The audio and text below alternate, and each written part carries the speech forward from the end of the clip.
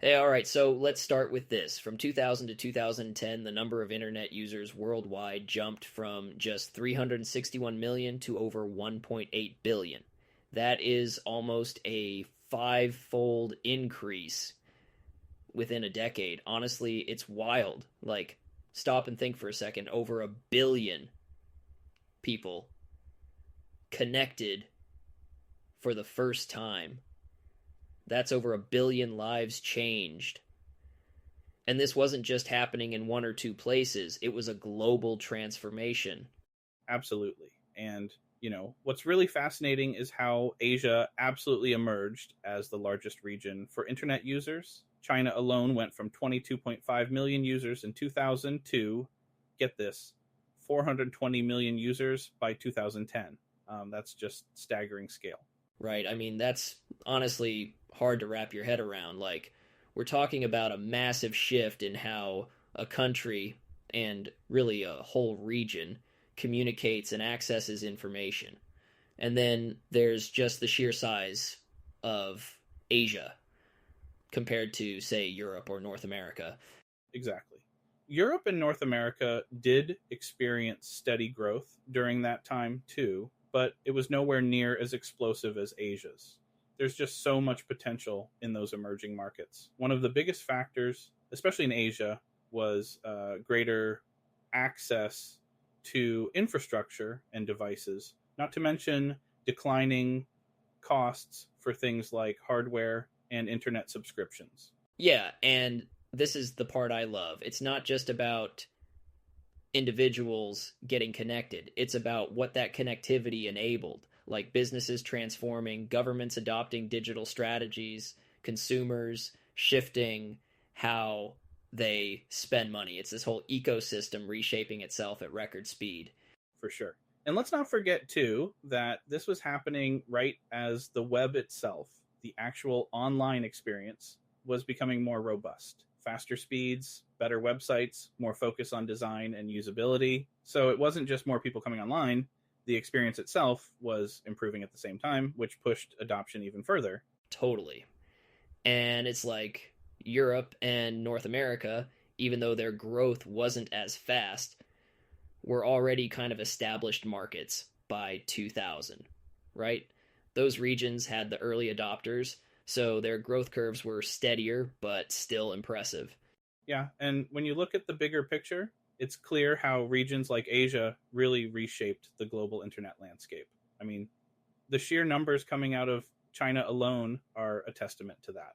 We've talked about Asia's incredible growth, but let's shift gears and look at Africa because seriously, the growth there during this decade is just astonishing. Listen to this.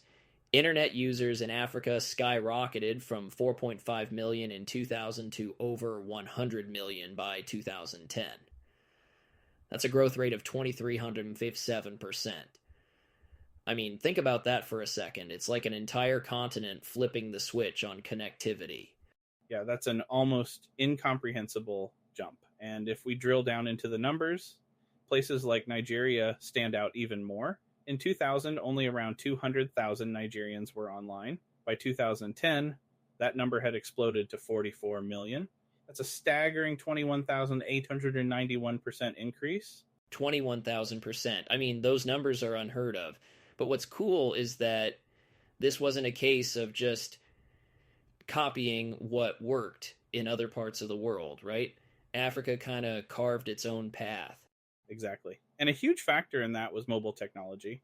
Since fixed line telephony was less accessible in many parts of Africa, mobile phones essentially leapfrogged that older infrastructure. They became the primary way people got online. Right. And it wasn't just about phones. You've got this combination of factors. Governments and businesses really started investing in telecommunications.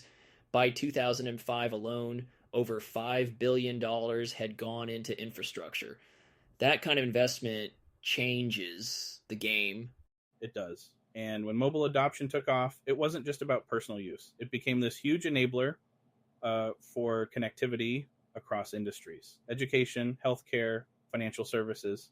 Mobile first strategies were absolutely transformative. And honestly, it's such a cool example of innovation. Like instead of waiting for outdated tech pipelines, they just, you know, adapted. It's a playbook for fast track growth. For sure. The potential was unlocked in a way that felt tailored to the region, which is why the numbers we're looking at make so much sense now. Building on that incredible mobile transformation, let's explore the economic ripple effects it had. For example, early adopters of telecom reforms in Africa saw an impressive GDP boost of 1.2% between 2000 and 2008. That's not just a small bump, that's a real, measurable impact on economies. And it's fascinating because that growth isn't just about internet access as a service. It's what the connectivity enables. And we're talking e-commerce, education, healthcare, even basic banking services. Exactly. Those foundational changes, they create opportunities that weren't there before. Like, think about education. Students in remote areas can suddenly access world class material online, on a phone, even. That's transformational. It is. And it's also worth noting how mobile internet plays this outsized role, particularly in underserved regions. The growth in mobile adoption has been phenomenal. And paired with falling costs of data, it's really opened doors economically and socially. And then there's e commerce. I mean, online marketplaces are starting to really thrive in these regions. Suddenly, small businesses have, global reach. They're not limited by geography anymore. Right? And we're seeing this cascading effect. As more businesses go online, they need better logistics, better payment solutions. Every improvement feeds into the next, kind of creating this self-sustaining digital ecosystem. That's such a good point. And it's not just businesses, is it? Governments, too, are starting to adopt digital tools, whether it's for public services or even tax collection.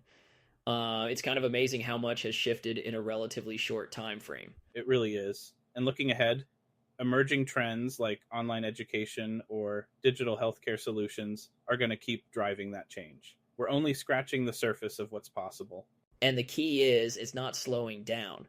You've got these trends picking up speed, mobile technology, digital financial tools, even AI driven services, all of which make the future for these regions seem, well, limitless in some ways.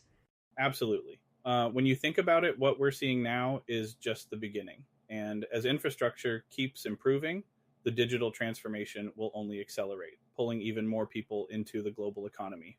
So, picking up from that transformation we've been unpacking, what's fascinating is how these regional shifts are just microcosms of a global digital revolution.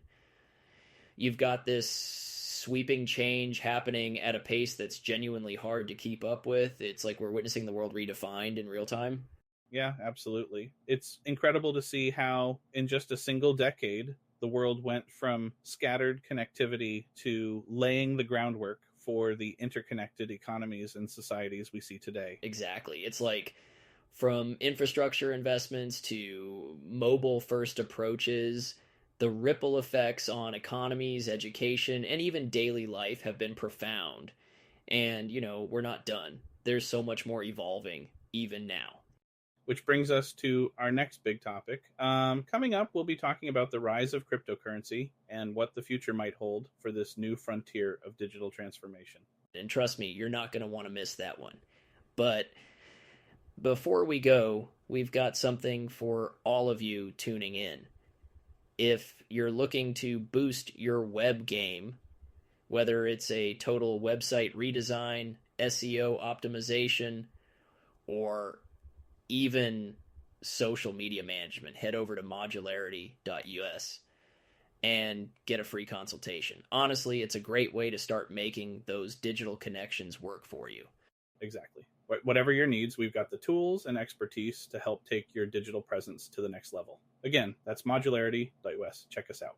All right, and on that note, we're wrapping it up for today. Thanks so much for listening, and we'll catch you next time. Take care, everyone.